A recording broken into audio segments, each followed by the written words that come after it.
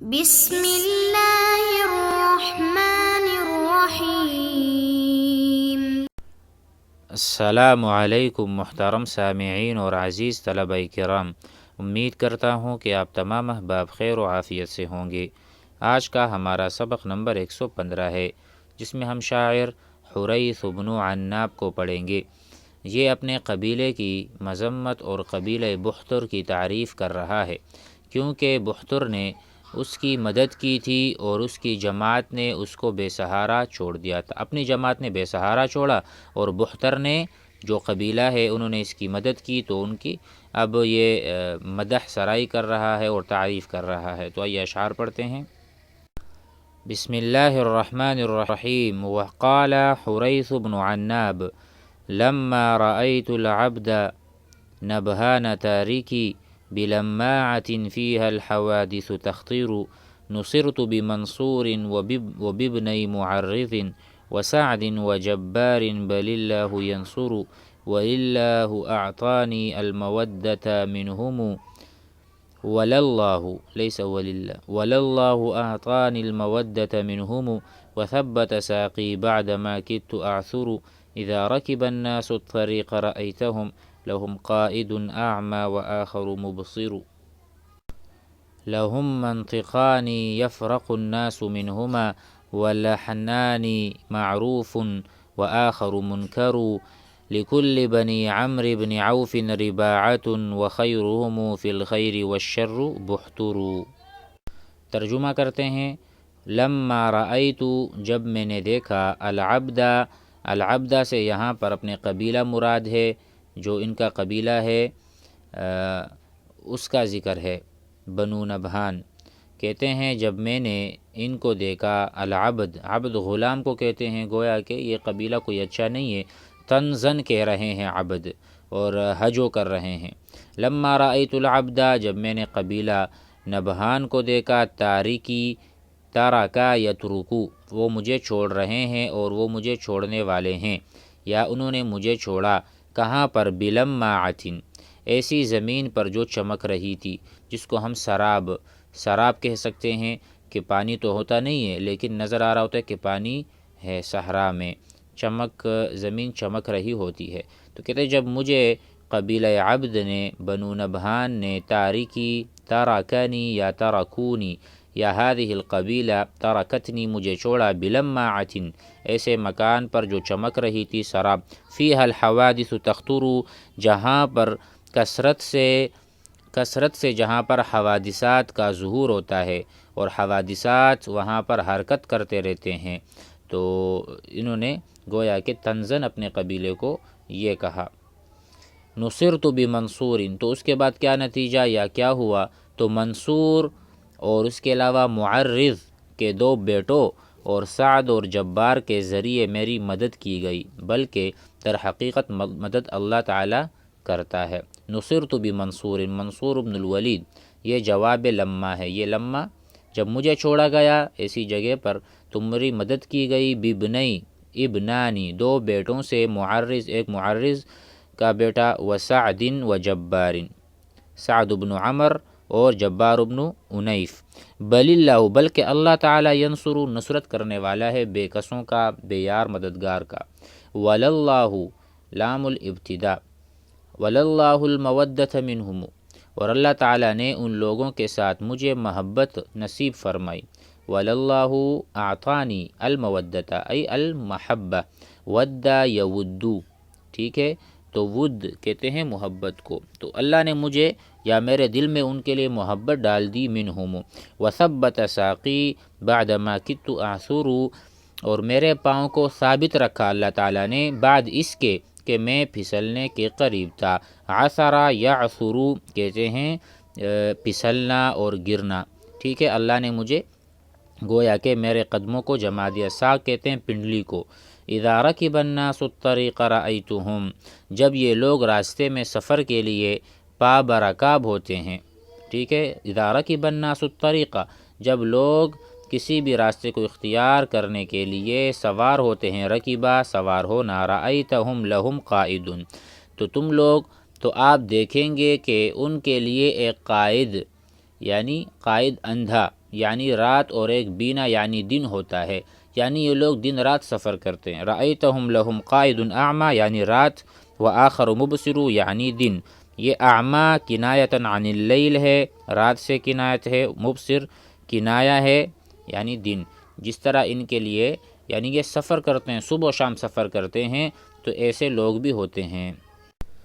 اور آگے کہتے ہیں اسی کے بارے میں، قبیلے کے بارے میں جو رات اور دن کو سفر کرتا ہے، لہم منطقانی ان کے لیے گویائی کی دو قسمیں ہیں، منطق واحد، منطق یعنی ایک اسلوب میں، ایک انداز میں بات کرنا، منطقانی دو طرح سے گویا ہونا۔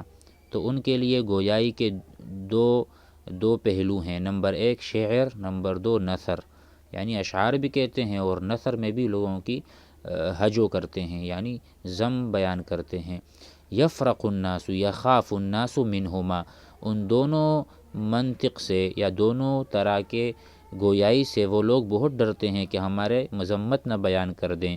اس کے علاوہ ولحنانی لحن واحد، آپ جانتے ہیں لحن کسے کہتے ہیں؟ تو لحن لہجے کو کہتے ہیں، اور ان کے لیے دو لہجے ہیں، ایک اچھا اور دوسرا معروف۔ معروف معنی اچھا لہجہ، یعنی ترش روئی نہیں ہوتی، اچھے اخلاق سے پیش آنا، اچھے سے بات کرنا۔ وآخر منکر، اور ایک سخت مزاج ہونا، شاید وہ بات لڑائی والی بات ہو، لڑائی والا مزاج ہو، تو نرمی بھی ہے ان میں اور سختی بھی ہے ان میں، یہ مراد ہے اس شعر سے۔ لکل بنی عمرو بن عوف رباعۃ، عمرو بن عوف میں سے ہر آدمی کے لیے یا ہر بیٹے کے لیے رباعۃ سرداری ہے۔ رباعۃ سرداری ہے، گویا کہ وہ جیسا کہ وہ غنیمت جو وہ وصول کرتے تھے، غنیمت سے ربو لینا، یعنی غنیمت جب بھی جمع ہوتی ہے اس میں سے ربو وہ لیا کرتے تھے، تو اس کے یہ معنی، اصل معنی یہی ہیں، لیکن یہاں پر سید سردار کے معنی میں استعمال ہوا ہے، گویا کہ ان میں سے ہر بچہ سردار بننے کے لائق ہے۔ وخیرہم فی الخیر، اور ان کا خیر اور شر بحتر ہے، یعنی کہتے ہیں کہ اگر آپ دیکھیں خیر اور شر میں ان میں سے سب سے جو بہتر ہیں وہ بحتر قبیلہ ہے، بحتر قبیلہ۔ امید ہے سمجھ میں آ گیا ہوگا، مزید آگے بڑھتے ہیں۔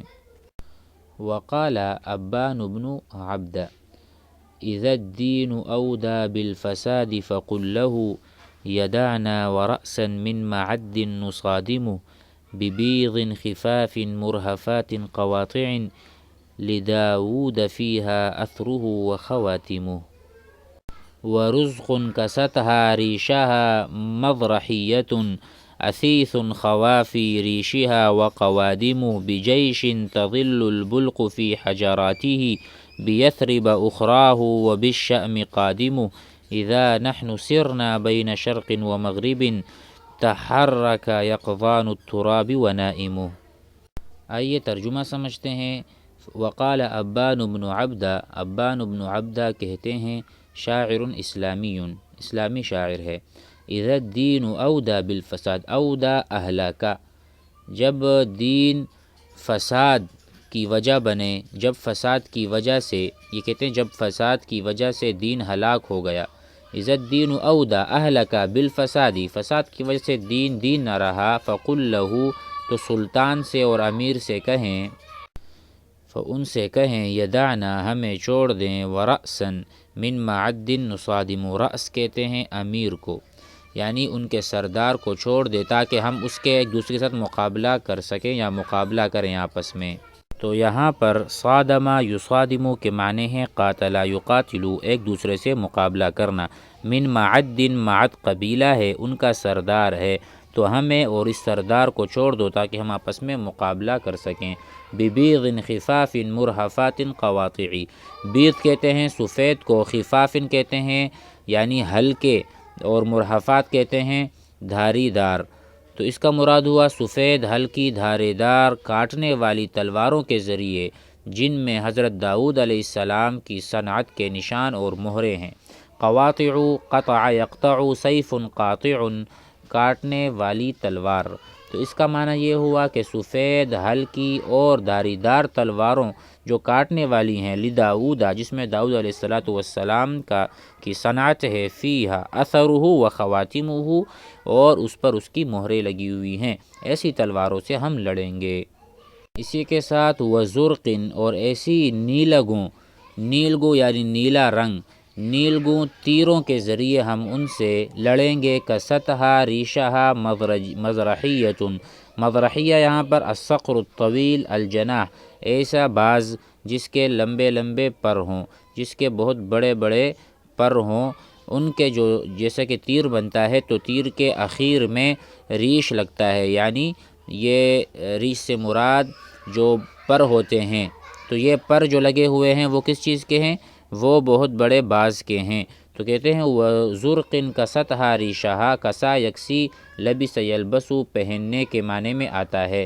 تو ایسے نیلگوں یعنی اس میں ریش لگے ہوئے ہیں اور باز کے پر لگے ہوئے ہیں، اثیث ای کثیر مجتمع، بہت زیادہ کثرت سے، خوافی ریشہا و قوادمہ کبار الریشی، مکمل ترجمہ یوں ہوگا، اور ایسے نیلگوں تیروں کے ذریعے ہم ان سے لڑیں گے، مقابلہ کریں گے، جن کو شکرے نے اپنے پر پہنائے ہوں، جس کے موٹے اور باریک دونوں قسم کے پر گھنے ہوں، یعنی جس طرح ہم نے یہاں پر کہا قوادم اور خافیہ اور اثیث، اسی طرح جو شکرہ ہے اس کو کہتے ہیں مزرحیہ والمزرحی، تو یہ جو مزرحیہ ہے یہ شکرہ کو بھی کہتے ہیں، تو اس کے جو پر ہیں وہ اس میں لگائے گئے ہیں تیروں میں، اس سے ہم لڑیں گے۔ بجیشن، اور ایسے لشکر کے ساتھ ہم ان سے لڑیں گے، تغل البلق ای تغیب و تخفا فی حجاراتہ، کہ بڑے بڑے لشکر جو ہیں اس میں غائب ہو جاتے ہیں، یعنی تغل ظل یضل، گمراہ ہونا، راہ سے بھٹکنا، اور ایسے جیش سے ہم آ کر اور مقابلہ کریں گے ان کے ساتھ۔ تغل البلق فی حجاراتہ، البلق کہتے ہیں چت کبرے کو، چت کبرا، یہ ایک مراد چت کبرے گھوڑے ہیں، چت کبرے گھوڑے اگرچہ ہیں وہ بھی اس میں غائب ہو جائیں گے، ایسا ہمارے پاس بڑا لشکر ہے، اس کو ہم لے کر آئیں گے، فی اطرافہ فی حجاراتہ، بیثرب اخراہ وبالشام قادم، جس کا ابتدائی سرا شام میں ہوگا اور اس کا انتہائی جو آخری جو ذیل ہے، جو دم ہے لشکر کا، وہ یثرب میں ہوگا۔ اتنا بڑا لشکر ہم لے کر آئیں گے جس کا سرا شام اور دوسرا جو اس کا یعنی دم ہے وہ یثرب میں ہوگا۔ اذا نحن سرنا بین شرق و مغرب، جب ہم مشرق اور مغرب میں چلتے ہیں تو بیدار آباؤ اور نائم غیر آباد زمین حرکت کرتی ہے۔ کیا مراد ہے؟ تحرک یقظان التراب و نائم، یعنی جو ایسی زمین ہے جو آباد ہے اس میں بھی حرکت آ جاتی ہے، اس پہ بھی زلزلہ آ جاتا ہے۔ تحرک یقظان کہتے ہیں بیدار کو، یعنی نحن نقول انت نائم وانا یقظان، آپ سوئے ہوئے ہیں، وانا یقظان، اور میں جاگا ہوا ہوں، بیدار ہوں۔ تو کہتے ہیں جو بیدار زمین ہے یعنی جہاں لوگ رہتے ہیں، آبادی ہے، اس میں بھی حرکت آ جاتی ہے اور وہ بھی ہلنے لگ جاتا ہے، زلزلہ اس پر، تراب ونائمہ، اور جو زمین کا وہ حصہ ہے جو ابھی غیر آباد ہے وہ بھی حرکت میں آ جاتا ہے۔ امید ہے کہ آج کا سبق آپ حضرات کو سمجھ میں آ گیا ہوگا۔ والسلام علیکم۔